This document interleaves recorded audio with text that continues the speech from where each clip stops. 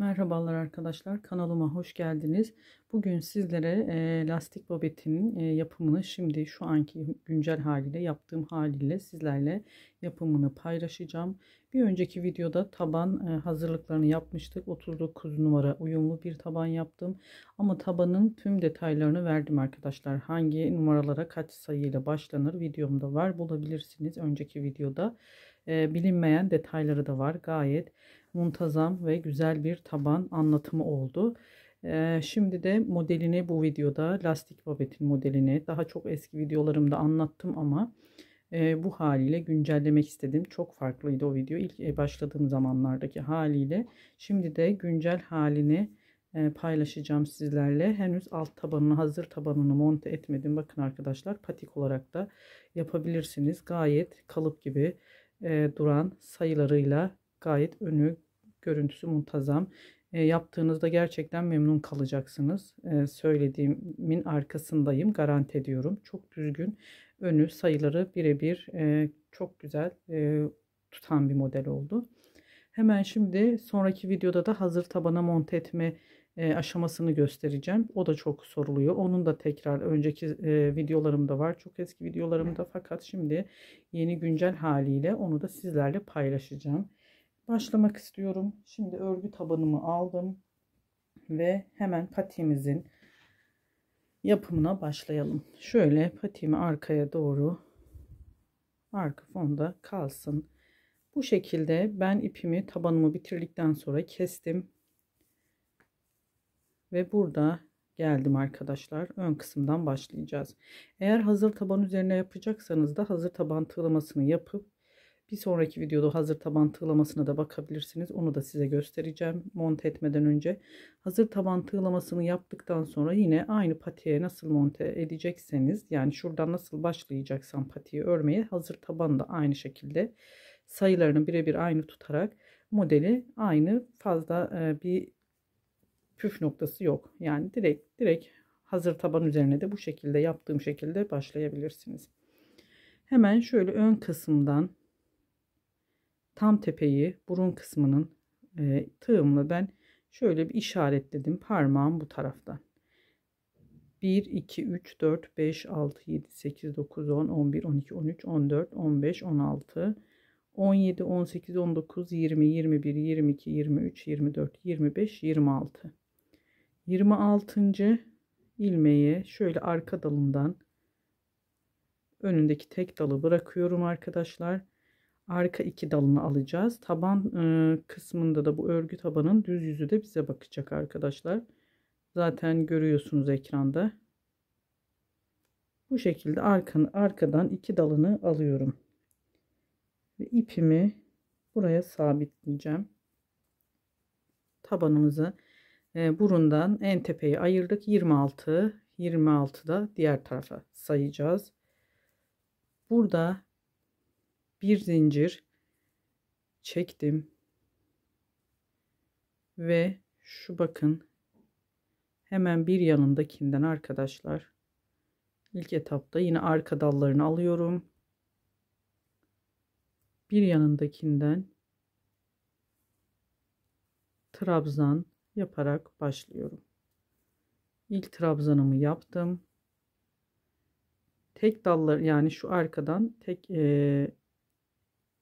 arka dalından alıyoruz ama 2 ilmek. Bakın orayı göstermek istiyorum tekrar, ipimi gizlemeden. Şöyle tek dal değil, bir tanesi bu önde kalıyor. Diğerini arkadan, bakın bu iki, göreceksiniz zaten, 2 ilmeği birden alıyoruz.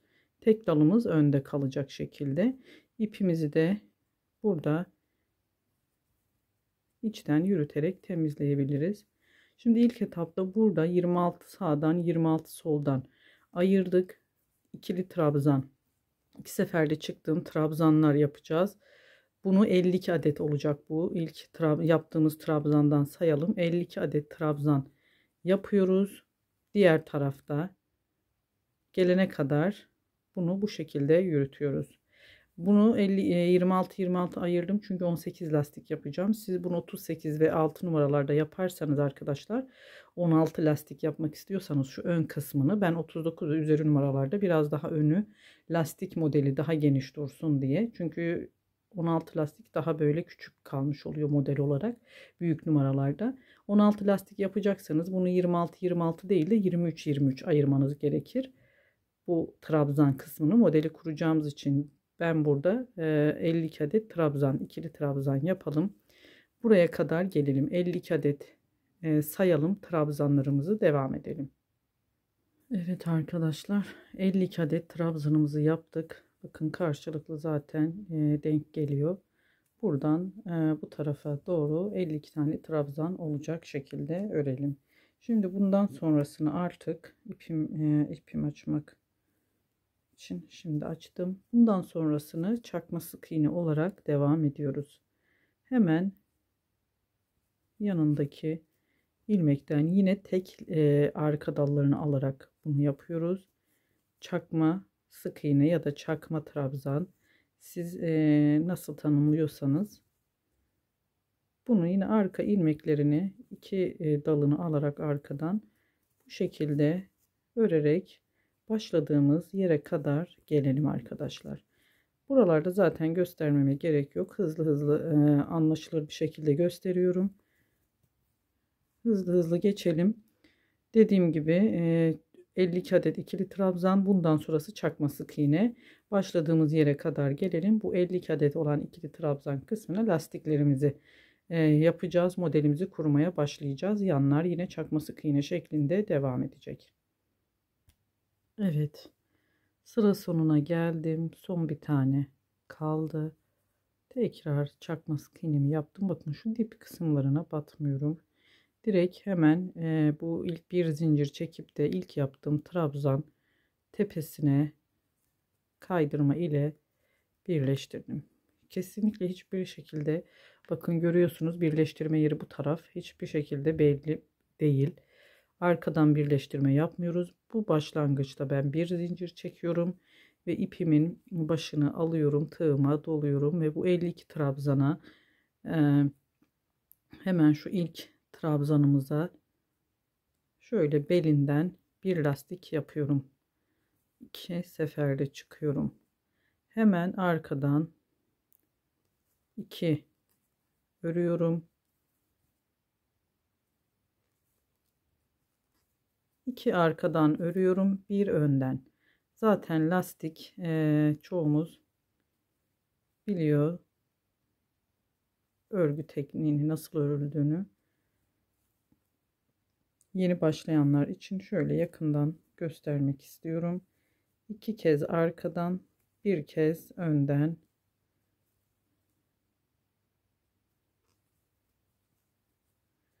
örerek, zaten bu 52 trabzana denk gelecek arkadaşlar ördüğümüz lastik sayıları. Bir önden belinden dolayıp 2 arkadan, bir önden. Bunu toplamda 18 lastik, şu öndeki önden aldıklarımızı sayacağız. Şu belinden doladıklarımız 18 adet olacak. Bakın 1 2 3 4 5. Bu 18 adet olana dek bu 52 trabzana denk gelecek, zaten şurada bitiş yeri olacak. 18. lastiğimizi yapacağız. Oraya kadar örelim, sonrasında devam edelim.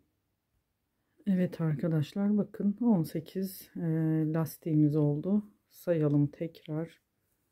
Buradan başladık. 1 2 3 4 5 6 7 8 9 10 11 12 13 14 15 16 17 18.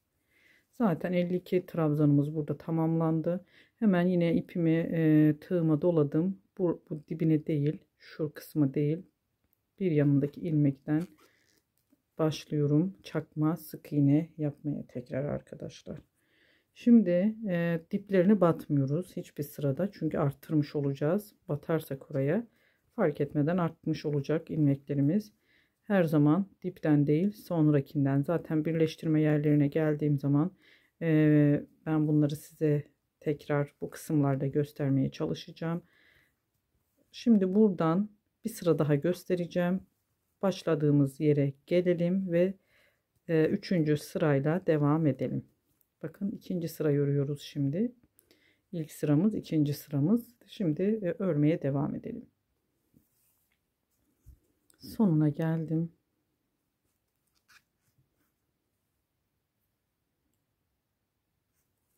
Son iki çakma sık iğnemi yaptım. Bakın arkadaşlar, diplerindeki kısma batmıyoruz. Bu zaten ilk çektiğimiz bir zincir arkada kalıyor gizli. Hemen şöyle ilk lastiğimizin tepesine kaydırma ile birleştirdim. Bir zincir çektim, tekrar yine lastiğimizden örmeye başladık. Lastiğimizi ördük. İki kez arkadan iki trabzan yapıyoruz. Dolayıp bir önden lastiğimizin belinden dolayıp örüyoruz. Bu da üçüncü sıramız oluyor. Burada da iki arkadan örüyoruz. Bir önden tek lastik örüyoruz. İki arkadan bir tane önden örerek yine şu lastik kısmının sonuna doğru gelelim. Orada da, çünkü bu tür sorularda sık karşılaşıyorum. Ayşe Hanım bu modelde özellikle şurası yanıltabiliyor. Şu batma yerini ben tekrar göstereceğim. Bu sırada da yaptık ama geniş oldu, bollaştı. Orayı fark etmeden yanlış bir ilmek geriden dibinden batarak yapıldığı için arttırma olmuş oluyor. Arttırdığınız zaman da babet kendini salıyor, yani çok geniş oluyor. Fazla büyük oluyor. O yüzden o bitim yerine kadar gelelim. Bu şekilde lastik örerek orada onu son kez göstereceğim. Lastiğimizin bu sırada da son şu kısmını, son lastiğimizi yapalım. Burada şimdi nereye batarak devam edeceğimizi göstereceğim. Çakma sık iğne olarak devam edeceğim. Şu kısmı batmıyoruz arkadaşlar. Her seferinde şu dibine batmadan bir yanındaki çakma sık iğne tepesine batarak, bakın bura yanıltmasın sizi. Bazı arkadaşlarımız bu kısma batarak babetin sayılarının artmasına neden oluyor. Hemen dibine, şu yandaki yere batmadan bir sonraki çakma sık iğne üzerine batarak burada bu şekilde devam ediyoruz. Bunu da bir sıra daha örelim arkadaşlar. Üçüncü sıramız. Dördüncü sırayı da aynı bu iki önden iki arkadan bir önden lastik olarak öreceğiz. Ve beşinci sırada kesme yapacağız. Beşinci sıra dediğimiz yanıltmasın arkadaşlar. Bu üçüncü sıramız oluyor. İlk sıramız zaten trabzandı. Bura 52 adet. İkinci sıramızı lastik. Üçüncü sıramızı yine lastik ördük modelimizi. Dördüncü sıramızı yine iki arkadan bir önden lastik öreceğiz. 4 sıra. Beşinci sıramıza geldiğimizde devam edeceğiz. Birleştirme yerini de gösterdim. Nasıl buradaki başlangıç yerini de, buradaki devam ettiğimiz yer. Hemen böyle devam edelim. 4 sıra olacak. Burayı tamamlayalım. Bir üst sırayı da yine iki arkadan bir önden alarak 4 sıramız olacak. 5. sıraya buraya geldiğimizde kesme işlemi olacak. Oraya geldiğimizde birlikte yine devam edeceğiz. Evet, sonuna geldik. Hemen son çakma sık iğnemi yapıyorum.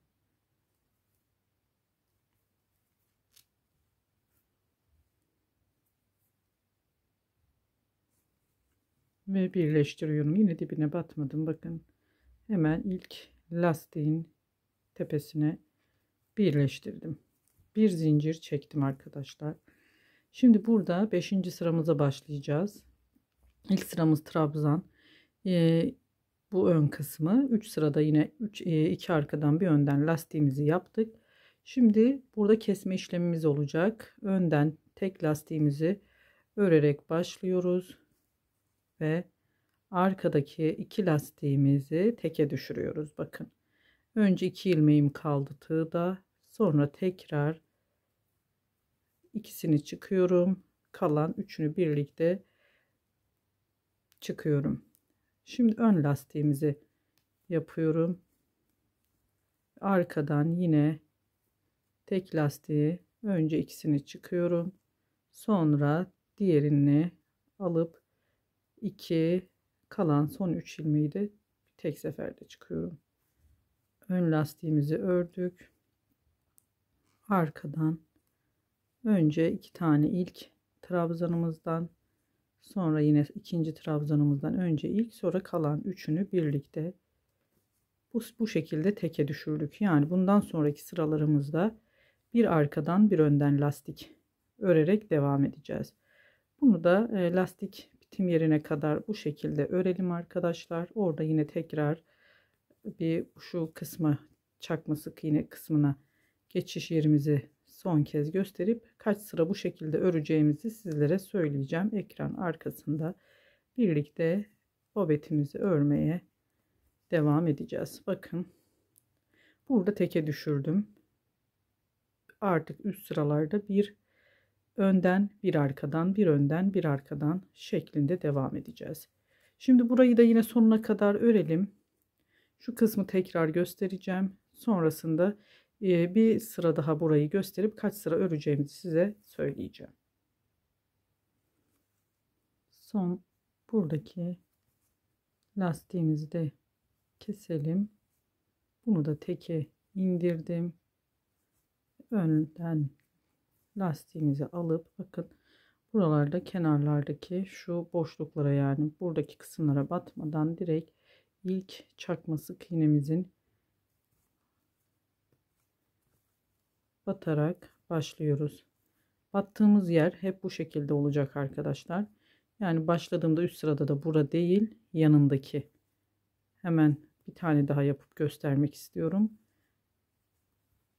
Üst sırada da şu kısım değil, buradan batarak buraya batarak geçiş yapıyoruz. Şimdi başladığımız yere kadar gelelim ve 6. sıramızı tekrar gösterip sizlerle devam edeceğiz.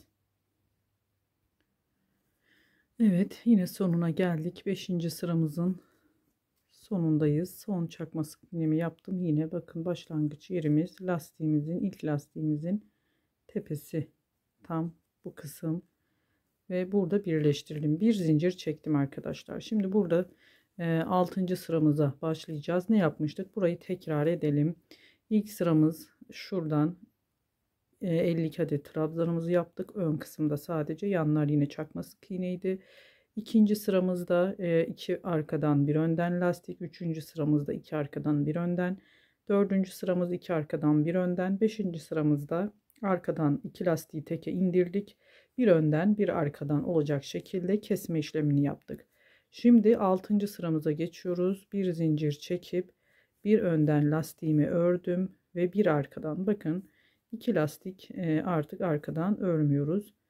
Bir önden bir arkadan bu şekilde lastiğimizi örerek burada 6. sıramızı örüyoruz. Ve bu şekilde örgümüz kaç sıra devam edecek onu size söyleyeceğim.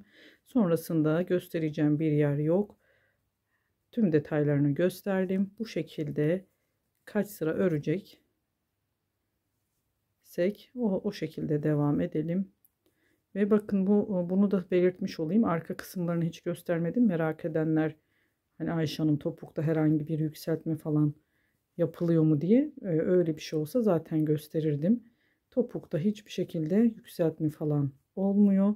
Bir önden bir arkadan lastiğimizi yapalım. Bakın topuk kısmı hiçbir yükseltme olmadan bu şekilde, birleştirme izi olmadan devam ediyoruz arkadaşlar.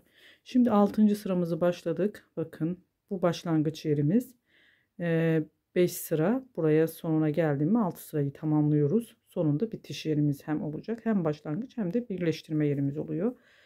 6. sıra, 7. sıra, 8. sıra ve 9. sıra bu şekilde bir arkadan bir önden lastik alarak örüyoruz. Aynı başladığım burada gösterdiğim gibi arkadaşlar.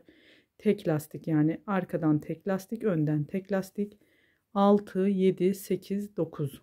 9. sırayı da örüyoruz. Ve 10. sıraya geçtiğimizde burada birleştirme yerinde tekrar birlikte örmeye, göstermeye devam edeceğim sizlere arkadaşlar. Zaten dediğim gibi çok gösterilecek bir kısım yok şu anda. Kesme işlemini yaptık ve şimdi lastik kısımlarını 6. 7. 8. 9. sırayı da tek arkadan tek önden olarak örüp 10. sıraya geldiğimizde birleştirme yerinde devam edeceğiz arkadaşlar. Ben de ekran arkasında öreceğim. Sizler de örün. Birlikte 10. sırada buluşalım. Evet arkadaşlar, bakın hemen 10. sıramızı da tamamlayacağız. Şöyle sayıyorum: 1 2 3 4 5 6 7 8 9 pardon 9 sıra tamamladıktan sonra 10. sıramızı geçiş yaptık. Ördüğümüz gibi tek arkadan tek önden lastiklerimizi örerek buraya kadar aynı şekilde ördük. Şöyle tığımı başta ben göstermedim. Tığımı 2 milim artık kullanıyorum arkadaşlar. Daha önceki ördüğüm babetlerde videolarında 1,75 milimle örüyordum. Dediğim gibi size elinize nasıl rahat geliyorsa ben 2 milimle örüyorum. Şu anda bundan, yani şu güncel haliyle 2 numara kullanıyorum. Burada birleştiriyoruz yine ve 10. sıraya geçiş yapıyoruz. Tekrar bir zincir çektim ve şimdi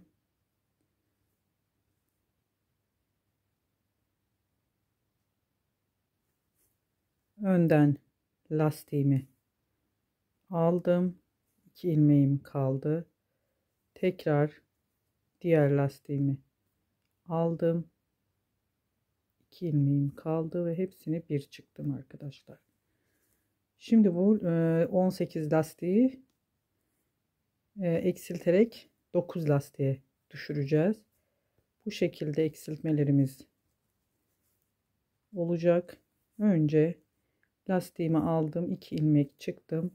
2 ilmeğim kaldı tığda. Diğer lastiği önden alıyorum. Hep öndekilerini alarak bu şekilde eksiltmelerimizi yapıyoruz.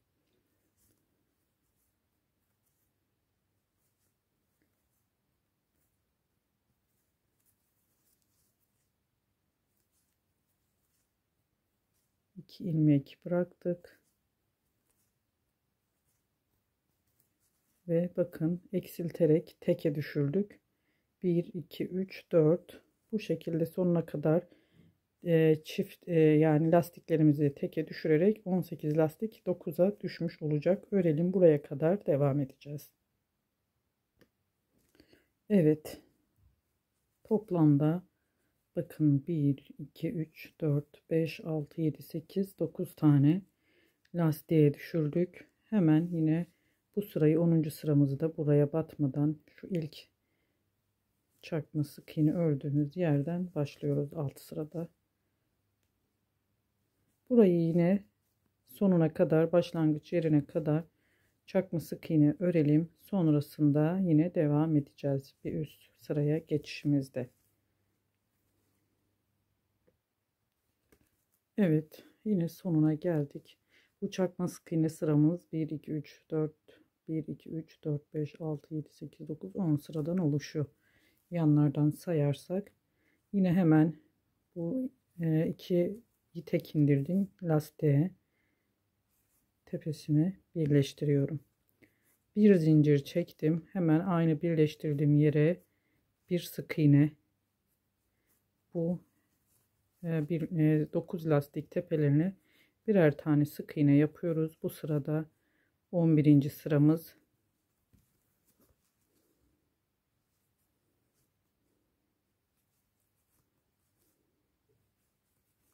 Bu model çok bu sayılarla yani gerçekten muntazam duruyor arkadaşlar. Ben bu sırada hemen atlamadan her bir sık iğne tepesine batıyorum. Dümdüz ilerleyeceğiz.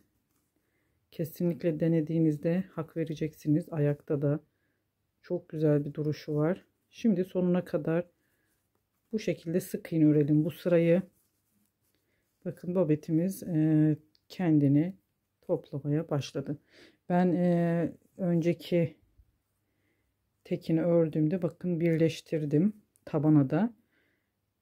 Bu şekilde duruşu da bakın hiç toplamıyor. Dediğim gibi tabanı, örgü tabanı bir tık fazla kenarlardan hazır tabandan büyük tutarsanız bu şekilde bir araya toplanmayacaktır. Gayet düzgün bir şekilde görüntüsü oluyor arkadaşlar.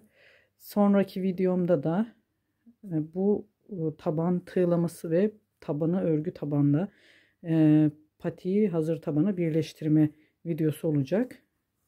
Bu şekilde bu bölümde patiğimizi tamamlayalım. Diğer bölümde sonraki bölümde de hazır tabanla patiği birleştireceğiz. Bir önceki videoma da bakarsanız, bundan bir önceki videomda zaten örgü taban yapımı videolar bölümünde göreceksiniz arkadaşlar. Sırasıyla hepsini ben anlattım, videosunu çektim. Sırasıyla hepsini aşama aşama ilerleyerek güzelce babetimizi tamamlayacağız. Şimdi bu sırayı sık iğne örüyoruz ve başladığımız yere kadar gelelim. Sonrasında devam edeceğiz.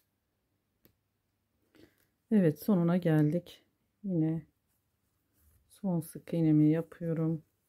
İlk başta çektiğim bir zincir çekmiştim. İlk yaptığım sık iğne tepesine birleştirdim. Şimdi tekrar yine bir zincir çekerek birleştirdiğim yere sık iğne yapıyoruz. Bu sırayı da bu ön kısmını sık iğne yapacağız. Toplamda sayacağız şimdi bu lastik bitim yerine kadar. Son sıramız oluyor bu arkadaşlar. Bu kısma kadar sık iğne yapıp bakın toplamda kaç tane? 1 2 3 4 5 6 7 8 9. Bunu alalım. Toplamda 1 2 3 4 5 6 7 8 9 sık iğne yapıyoruz yine. Bundan sonrasını da kaydırma tekniğiyle 9 lastiğimiz vardı. Her lastik tepesine yine sık iğnelerimizi yapıp sonrasında bu sırayı da kaydırma tekniğiyle ne çok sıkı ne çok gevşek. Eğer çok gevşekse eliniz arkadaşlar, şu babetinizin şu kısmı, boğaz kısmı gevşek oluyorsa kaydırma yöntemini daha sıkı yapın. Bunu sıkarsanız, daha sıkı ördükçe bu küçülecektir. Yani o boğaz kısmı daha çok toplayacaktır. Ama eliniz normalde sıkıysa da çok sıkmayın. Bu sefer de dar olacaktır. İyice küçülüp. Hemen bu sırayı da bu şekilde kaydırma tekniğiyle bu başladığımız yere kadar gelelim. Patiğimizi burada bitireceğiz arkadaşlar. Evet, sonuna geldik. Son kaydırmamı yapıyorum. Başlarken ilk sık iğnemin tepesine birleştirip ipimizi burada kesiyoruz.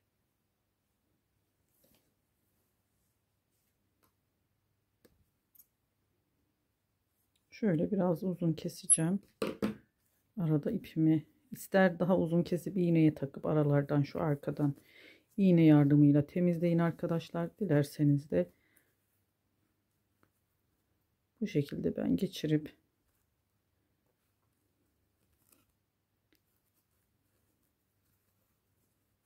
sonrasında arkaya tekrar alıyorum. Bu kısımdan arkada bunu içten yürüterek şu kısımları öne doğru getiriyorum. Şu aralardan ipimizi temizleyelim ve patiğimizi bitirelim. Evet, patiğimizi tamamladık arkadaşlar. Bakın 39 numara uyumlu anlattım zaten örgü tabanını. Şimdi bu halde patik şeklinde örebilirsiniz. Dilerseniz de hazır tabana monte ederek daha böyle ev babeti tarzında, ayakkabı tarzında kullanabilirsiniz, tercih edebilirsiniz. Bir sonraki videoda da hazır tabana tığlamayı ve birleştirmeyi detaylı bir şekilde göstereceğim arkadaşlar. Beni sabırla dinlediğiniz için teşekkür ediyorum. Bir sonraki videoda görüşmek ümidiyle.